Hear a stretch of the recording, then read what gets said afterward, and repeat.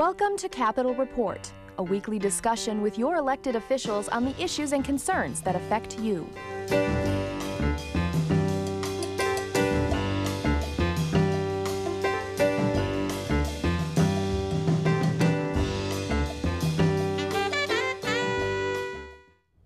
And good evening. Thanks for taking some time out of your Tuesday to join us here on Capitol Report.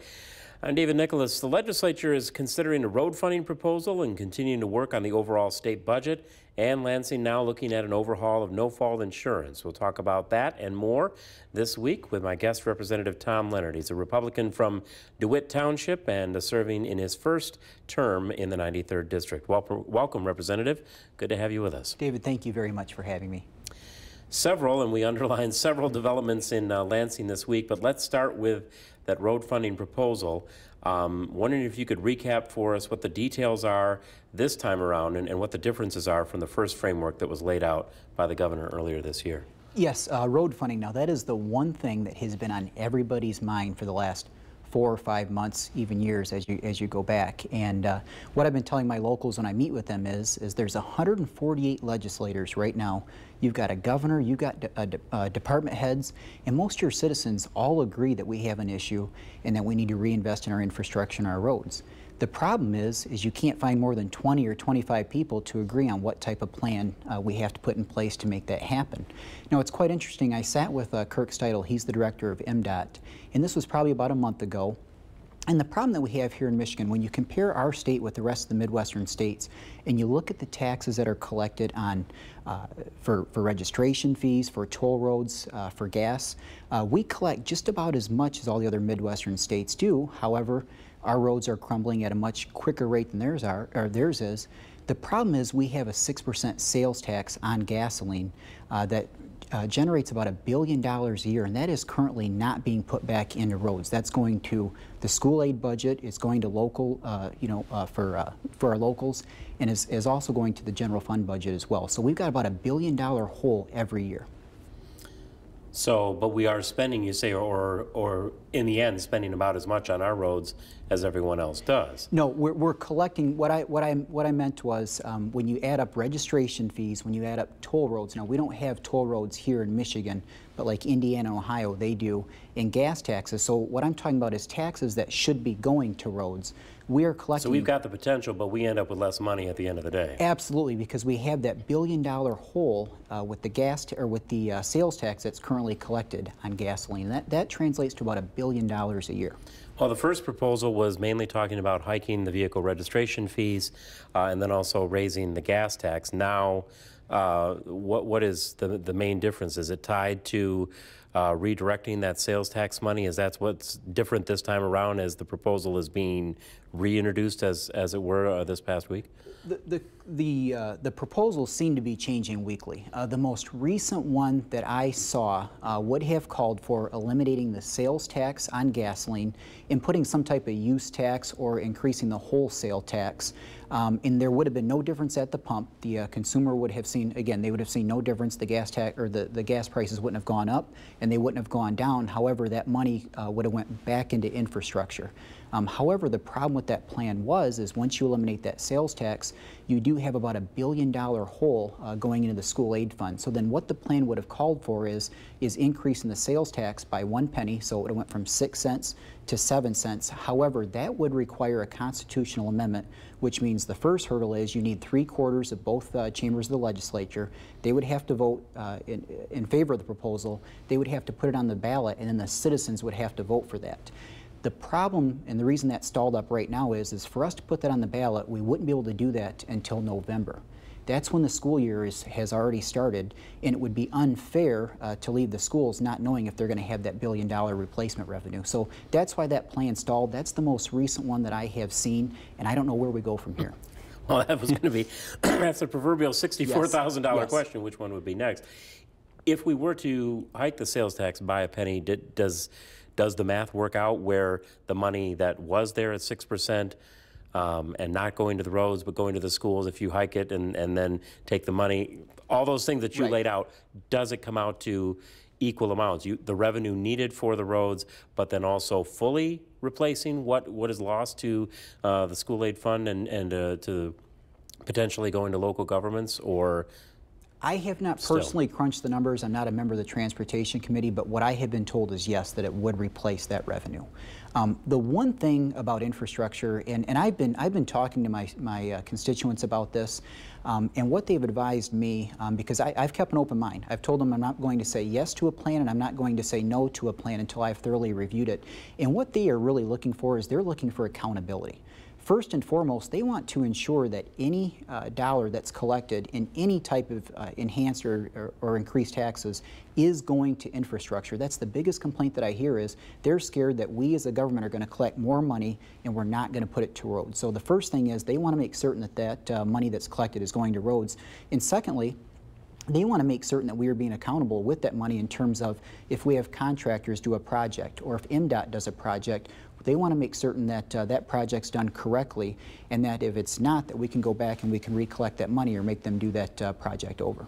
Now, Representative Wayne Schmidt did acknowledge that the school funding issue and on the money now going to the roads instead of the schools was going to be a problem that would have to be addressed. At that point, when he was talking about it, I'm not quite sure that the detail, that other possibility of the hiking the sales tax was on the table at that point. What then, I'm sure the people in the schools must be coming to you and also expressing the concern of where will we find that extra funding. What idea would you have? I mean, saying here's an idea, it's the last one, and now we seem to be hitting another block in that. What do you think might be the best viable solution at this point? You know, and again, that's a good question. And what I have told the people that I've stood in front of is, I'm not going to criticize a plan if I don't come and have a solution myself. And right now, I don't have a solution to come up with that $1.2, $1.4 billion that we currently need. Again, I do think that we do need to look at replacing that sales tax revenue on gas. I think it's important for our citizens to understand that all the money that's being collected is going to be put back into their roads. I'm open to looking at the sales tax option. Obviously, we can look through our budget right now and see what particular cuts that we can make. Right now, we give $25 million away towards film credit subsidies.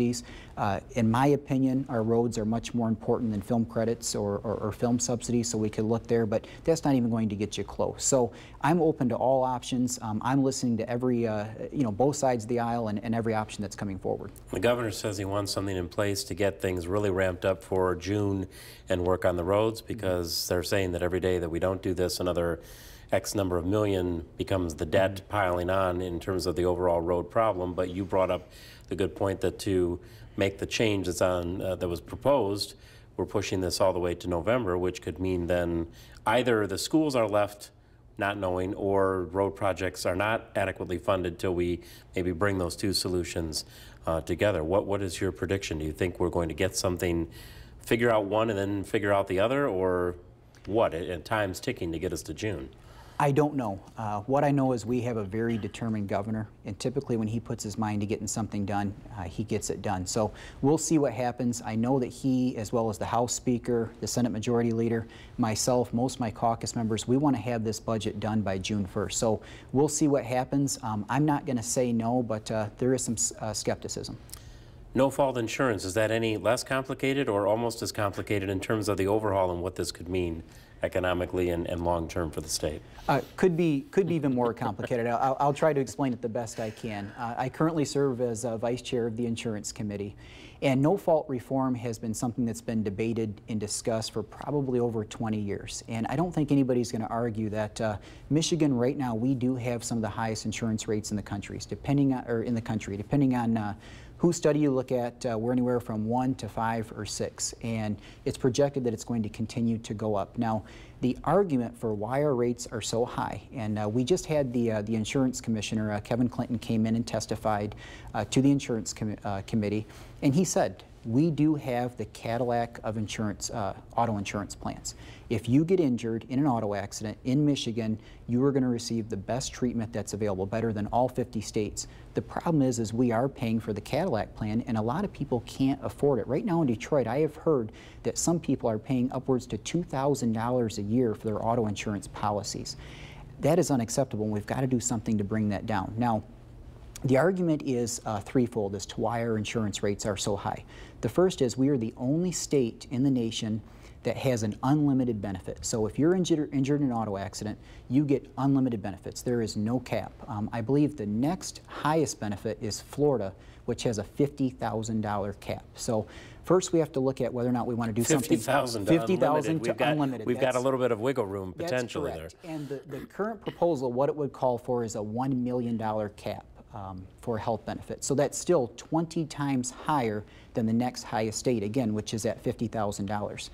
The second issue is that there's no fee schedule in place. The statute, I believe, as it reads now, it just says reasonable fees shall be paid. So the argument is, when you talk to insurance companies, if somebody goes in and they have a CAT scan or they have an MRI, if they've got Blue Cross insurance or some other insurance, that insurance company has worked out a fee schedule with the hospital or with the doctor, and they're probably going to pay somewhere $600–700 for that procedure, for that CAT scan or that MRI to be done. There's auto insurance companies that are claiming that they're paying sometimes upwards to $3,000 for a CAT scan or an MRI to be performed because they cannot work out a fee schedule. They just have to pay reasonable fees, which means if they get the billing, they have to pay it. And then the third that we need to look at is attendant care.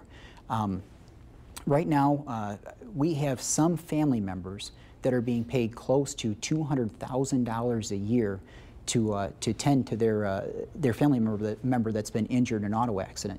Now, I'm here to say I believe that people ought to be compensated, and we ought to help family members or individuals that have to help their family members, but do we need to be paying $200,000 a year? That's something we need to look at as well. So what this bill would intend to tackle is those three problems: the cap, the fee schedule, and the attendant care.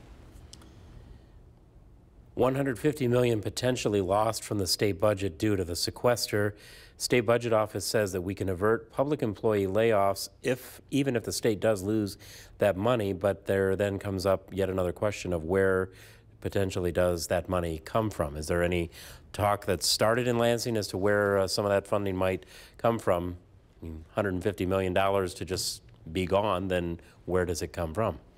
Right, and that's a very good question. Again, not being a member of the Appropriations Committee, that's something I have not been able to sit down, review, and study. We just got, and when I say we, I mean the Appropriations Committee, just passed the budget out of committee, I believe, last week. So that's something I'm going to be spending the next couple weeks really looking at and making certain that we are accountable to the hardworking taxpayers here in Michigan. But again, that's something I want to review and make certain that we do have a fiscally sound budget when June 1st rolls around.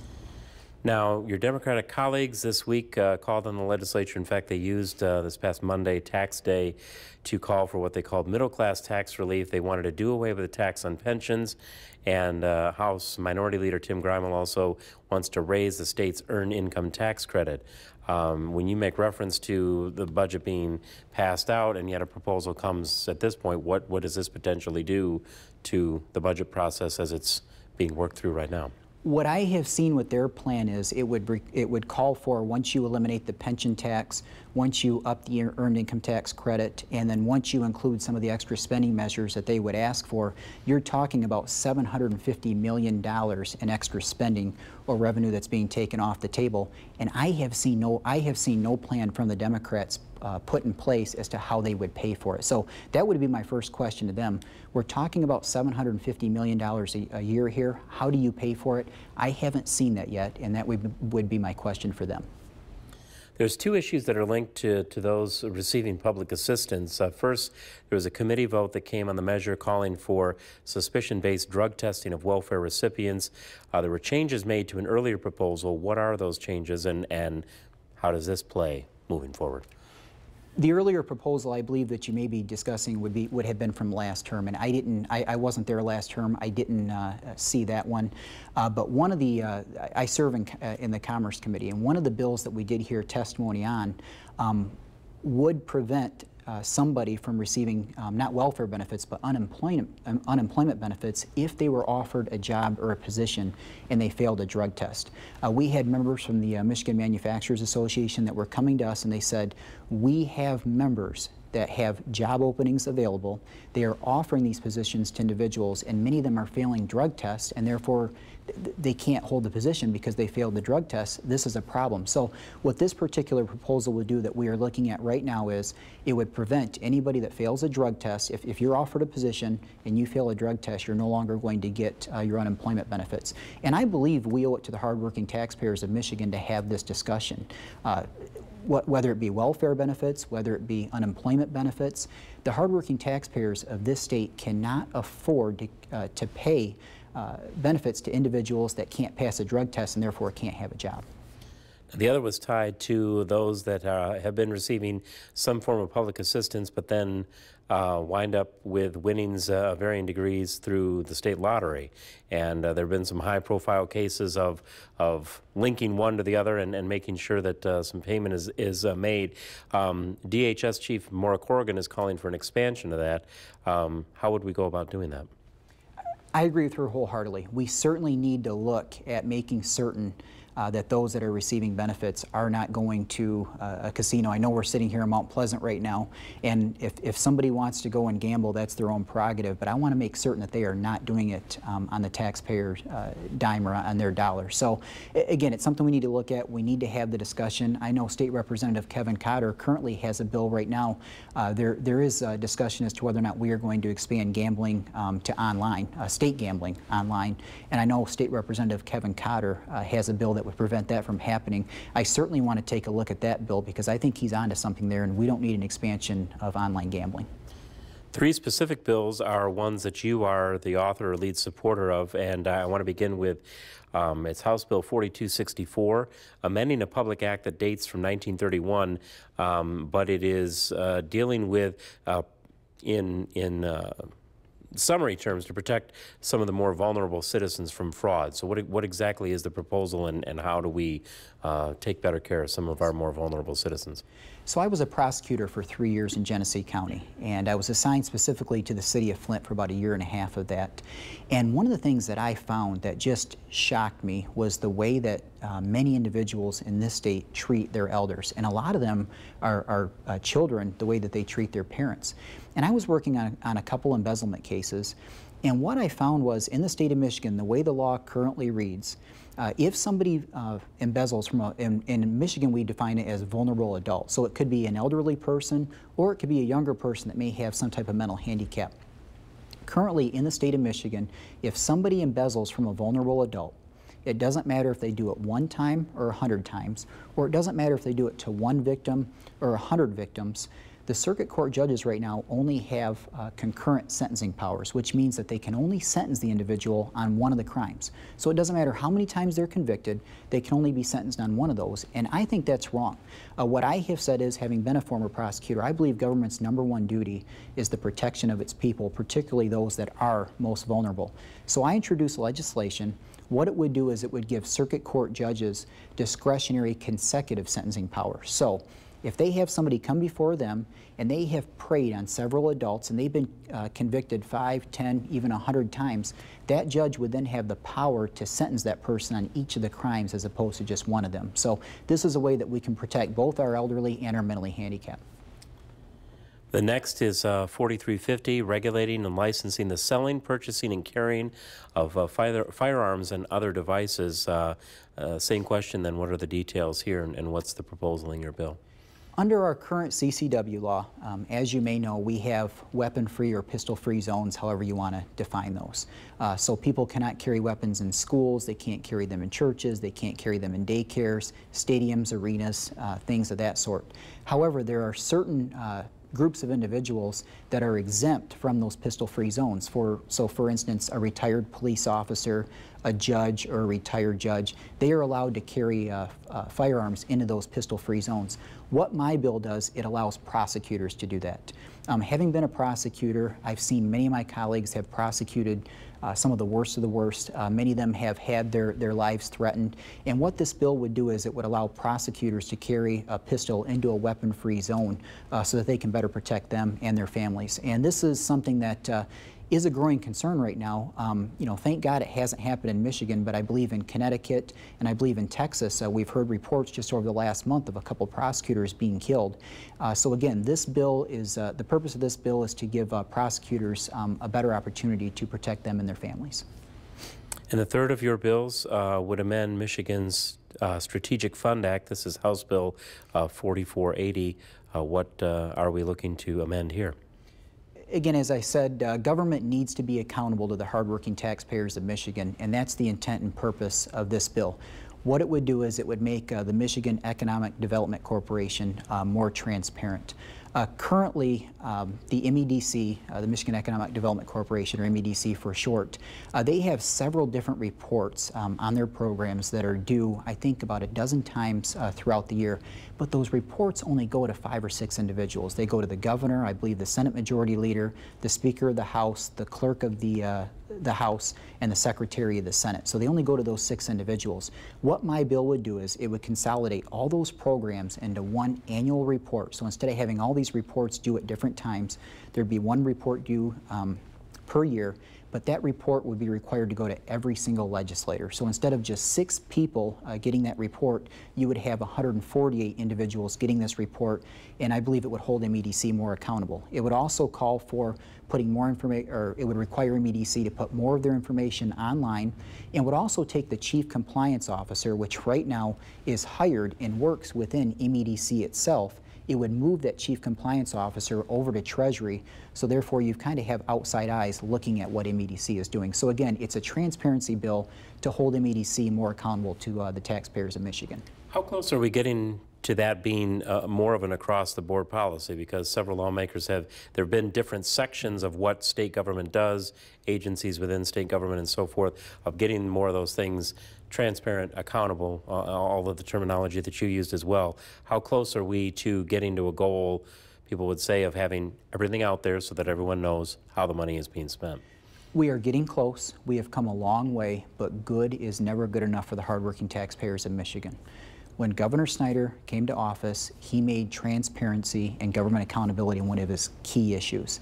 And I'm happy to say I read a recent report that said that Michigan has gone from a C+ in regards to transparency just a year ago to now an A-. But again, good is never good enough when it comes to the hardworking taxpayers of Michigan. So we're going to continue to work on that. As for myself, my office staff, and all my colleagues, all of our salaries are online. If you go to our website, and there's a link there that you can click, you can find out what our staff, what their salaries are. You can find out what we as legislators make. You know, the Michigan House of Representatives is very transparent. I know the governor's going that way. In transparency, it is key. We need to continue to go in that direction.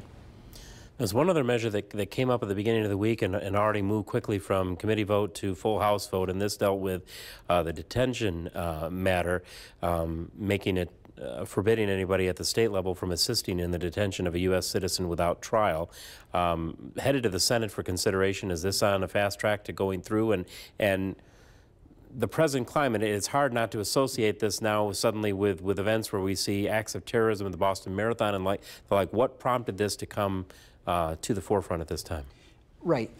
This was very troubling. What had happened was, under the Defense Authorization Act, which was federal law, not state law, Congress essentially gave the president power that if the president deems or believes that somebody is suspected of terrorism or could be suspected of terrorism, that person could be detained, they could be carted off, they could be sent to Guantanamo Bay, and they could be held indefinitely without any type of trial, without any type of due process rights. Now, much like you and everybody else, I want to make certain that our country is safe. I want to protect our country from terrorism, but we cannot give away our civil liberties in doing that. So what happened was, State Representative Tom McMillan got right on this, as well as Senator Rick Jones. Senator Jones passed a bill in the Senate, and Representative McMillan did in the House. And basically what this bill says is that in the event that the federal government is going to try to indefinitely detain one of our Michigan citizens without their due process rights, they can use no state resources in doing that. So if the federal government, if the marshals were to call and say, hey, I want to go arrest so-and-so, I believe they're suspected of terrorism, and they're going to indefinitely detain them, the state police cannot help in that process. No state resources can go towards that. And again, very important bill. I believe this might be the only bill that is passed through the House, or was passed through the House unanimously. Had strong bipartisan support unanimously in the Senate and the House of Representatives, and again, I believe it's very important that we get this thing done. In our final minute, and this is where we've wrapped up most of these conversations in recent weeks, the closer we get to what the lawmakers have said is their own deadline for trying to get the budget through, then sort of the summation of where we stand, how much of the budget is done, how much still needs to be done, are we on track to get it done on time? Yes, I believe we are. I believe we're going to get it done by June 1st, if not June 1st, shortly thereafter. It is imperative that we give our local governments, and particularly our school districts, time to plan. The days of them not being able to plan are over. We have to get that budget done by June 1st or shortly thereafter so that they can set their budgets as well. So we bring it back full circle to the question of the road funding bill and how those two things may intersect, and that another discussion for another time, depending as we get it further into May as to how those two will come together then. Absolutely. Well, thank you very much for taking the time out of the busy schedule. We covered a lot of ground because there's a lot going on right now. We certainly appreciate your time for addressing all of that with us today. David, thank you for having me. And thank you, as always, for your time and attention, too. We've been speaking with Representative Tom Leonard out of District 93, our guest this week. Remember, the program is repeated in our overnight service into Wednesday morning and within a week posted to our website at WCMU.org. Click on TV. You'll find the Capitol Report link there as well. For our director, Chris Ogazali, and our full crew here, I'm David Nicholas, as always, thanking you for joining us, and we'll talk again. You've been watching Capitol Report. Join us again as your elected officials speak to your concerns on current issues.